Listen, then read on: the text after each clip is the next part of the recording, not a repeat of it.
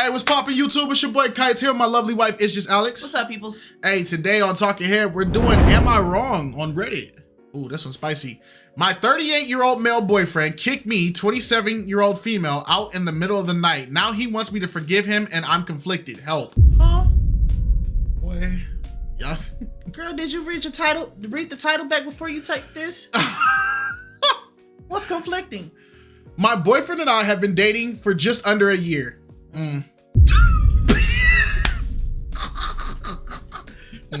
I can't do this.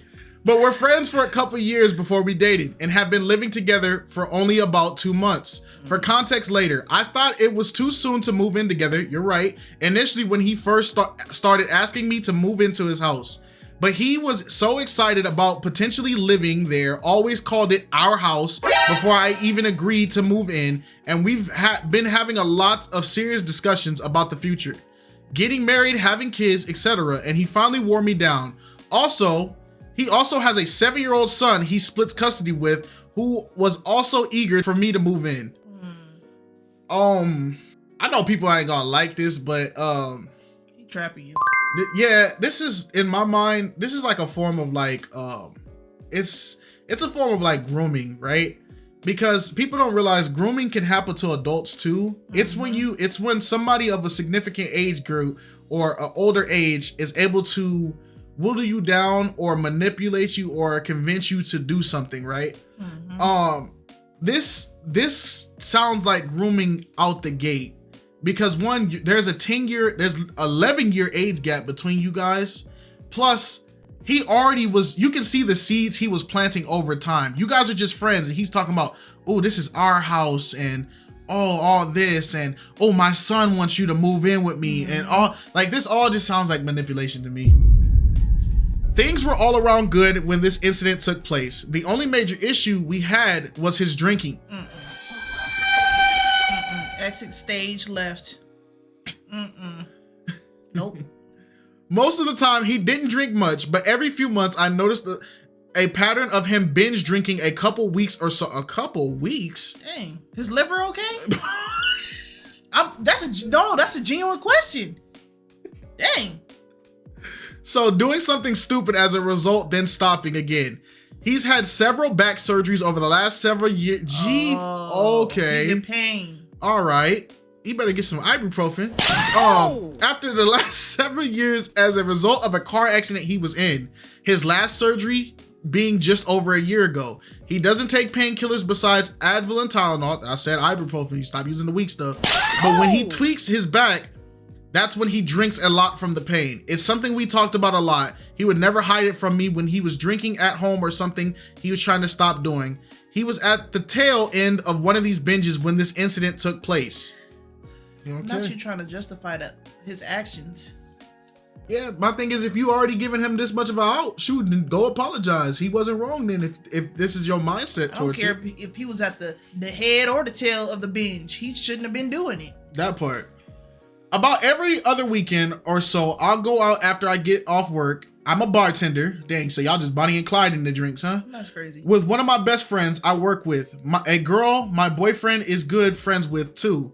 We've gone on vacations with her and her boyfriend. I'm not a huge drinker or go out all the time, just every now and then, and usually with this friend. My boyfriend had never cared about this in the past, and he joins us sometimes and is always invited. My friend and I have a particular martini bar we go to if we do go out after work, and as soon as I got off, I called my boyfriend to let him know. Good job on your communication. Yeah. That's W communication right there.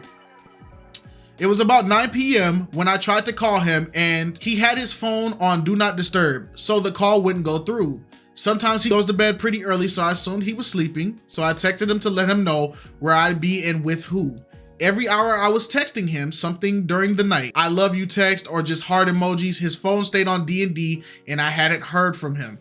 Okay, so you're clearly communicating and you're doing everything right on your end, right? If you're gonna go out and you're in a serious relationship, even though I don't know what you define as serious, communication when you guys are out with friends, that is the key to it. Now, him being on D&D, I don't like D&D. I don't like putting my phone on D&D. I don't like when my wife puts her phone on D&D. I know why Alex puts it on D&D, but then again, me and Alex are always together. So it's like, Yeah, but my D&D allows. I have it set to where only certain people can break the D&D. So when he calls me, my phone actually rings and I hear it. Right. But if it's anybody else that's not under that D&D exceptions list, I will not hear it. I'm home around 12 or 1 if I go out. This night, I was out a little later as me and my friend ran into other co-workers of ours, females, also mutual friends of my boyfriend, as he used to work with us. The bar we were at closed at 2, and we all headed out. My friend was driving home since she hadn't drank much, and as we were walking to her car, my boyfriend finally calls me. I pick up happy to hear him, and he's pissed. As soon as I answer, he asks, "Where am I? Who am I with?" He woke up and I wasn't home and he thought I was dead. Okay, but she's sending you messages. So I don't know. She's sending you messages. The first thing most people do is check their phone. All right. Asked why hadn't I text or called, then hung up on me. Sir, you had to have seen the I did though. You picked up the phone to call me, but you didn't see the messages that I left you or the missed phone call that I left you. But you're mad that I didn't call you or text you. But you picked up the same phone that I called you from. That part. Okay. I was so confused and shocked. The way he talked to me and the fact that he didn't know where I was when I had been texting him. I tried calling back, he wouldn't answer. Then I texted him a screenshot of all the texts I had sent him telling him where I was. And then I tried to call, but he put his phone on Do Not Disturb. So obviously his phone wasn't ringing when I called. Well, it sounds like we're going right back to the main problem. You're putting your phone on Do Not Disturb, but then you're mad at me for not contacting you. I guess I'm supposed to just tell Do Not Disturb to just let me disturb, I guess. Like, it's, he know what Do Not Disturb is. 38 is not old. He know what it is. He hip to the phone. He know what it is. 38 ain't old. It ain't old. He know what it is. Take it off. He texted back, "Find somewhere to stay tonight and come get your crap by the morning." I started sobbing. My friend consoled me and took me to her place for the night.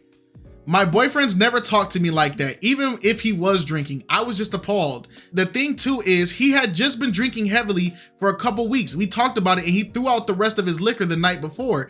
And come to find out later, he hadn't even been drinking this night. What? It almost would have been better if he had said he was just still out of it from drinking too much the weeks before this happened. See, I was having withdrawals. That's what he was having. That's why he acted like that. Because when you go days and months and weeks drinking consistently and then you go cold turkey, yeah, he was having withdrawals. That's why he was agitated and mad and all types of stuff. Yeah. The next morning I called my mom. Her and her dad live nearby and we all have a great relationship. Told her what happened and she said I could stay with them while I figure out what to do. My friend took me out to my car and I drove to my boyfriend's house. He had put the chain on the front door so I wouldn't. Oh my God. He had put the chain on the door so I wouldn't have been able to come home if I had tried the night before. He lets me in, I walk past and start getting my essentials together. He's surprised. He asks, "You're not even gonna talk about it to me first?" What is there to talk about? You over here locking doors, you kicked me out, you told me I can't come home. I'm not that desperate to stay here. I ain't got no conversation. I got options. I said no, you told me to get my crap and leave and started packing up my car. I thought he might apologize in the morning. Maybe he was drinking when he called me the night before, but he was still pissed. Come to realize, he still did not realize I had texted him and thought I was lying. So he just can't use his phone. That's crazy, because you even sent him a screenshot. It sounds like you. Nah, bro, he not old tech. He know how to use the phone, bro. Go ahead and finish. He about to make me mad.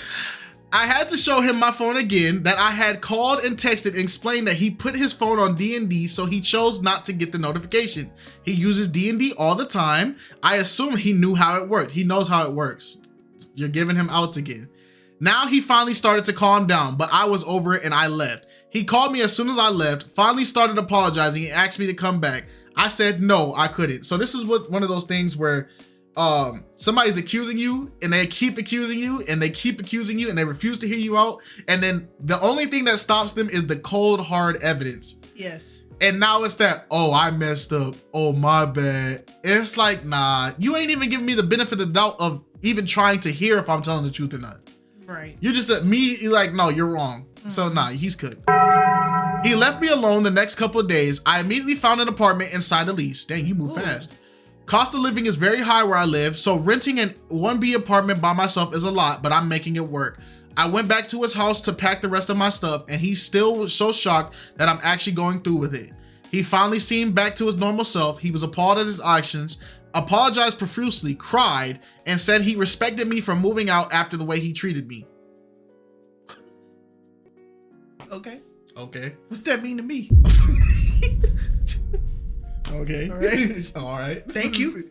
I guess. It's like, Thank you for the apology and groveling on your knees, crying. I guess. Days later, after you cussed me out and kicked me out because you don't know how to use your phone, but you know how to use your phone. Okay, I'm supposed to be sorry. It's like, this is your fault. Like, this happened 2 weeks ago. I'm in my new apartment with a cat, and while things still suck, I'm happy where I am. I'm happy to have my own place finally. I have been living with roommates before I moved in with my boyfriend. My boyfriend has been trying to get me to give him another chance since he's committing to not drinking again, period. He's not said this in the past. Okay. I'm like, man, some of y'all, the way y'all be typing be cooking me, man. Just that he wanted to drink less. He gave me the money back for rent and bills I had given him for that month and is giving me money for some furniture I left at his house that I couldn't fit in my apartment. Either way, I'm in my new place and not moving back, but I have considered staying in contact with him and taking it slow and seeing what happens. Don't do it. I know that seems stupid. I really thought this guy was my person and was seriously planning a future with him. Would it be totally naive of me to consider giving him another chance? And any advice welcome. My life has been crazy mess the last couple of weeks. The edit, child. Oh, she did add an edit. Thank you everyone for your comments and support. It's definitely all the things I needed to hear. I will be going no contact with him per advice. I know what I needed to do. I will be reading over everyone's comment again when I feel like ravering. I'll update the post if anything happens. Hopefully nothing crazy happens to update on though. I have one big piece of furniture left at his house to pick up. I'll grab it when he's at work this week with my friend's truck and leave his house key when I'm done. Thanks again for taking the time to reply. I'm definitely feeling more sure of myself after reading. Even after typing this situation, no, it would be foolish to give him another chance. Yes, it would be extremely foolish. Sometimes people only got to show their hand one time before you gotta be careful with that, because he crashed out and he was having withdrawals. That's fair. But if your alcohol problem is this bad and you're not dealing with your pain, because I get that you had surgeries, your back hurts, I understand all that. But if it's to this point where it's so painful that you're crashing out unprovokedly, then it's time to pack it up, man. It's time to get up on out of there. Yeah. So going back to him after all that, to the point where it would be one thing if the night he was crashing out and he kicked you out, and he opened up his phone and realized like, oh dang, I did mess up, and he apologized that night before. He waited days. Exactly. He waited till you came and got your stuff with people, and even then he still tried to press you like you were wrong. And then you end up showing him, you have to show him through your phone, even though his phone has the same receipts you have. And he still didn't apologize at that moment. He apologized after you left. Nah, you're good. You don't need to go back to that. You're straight. All right, y'all. Well, that's enough for Talkin Head. See you guys next time. Bye.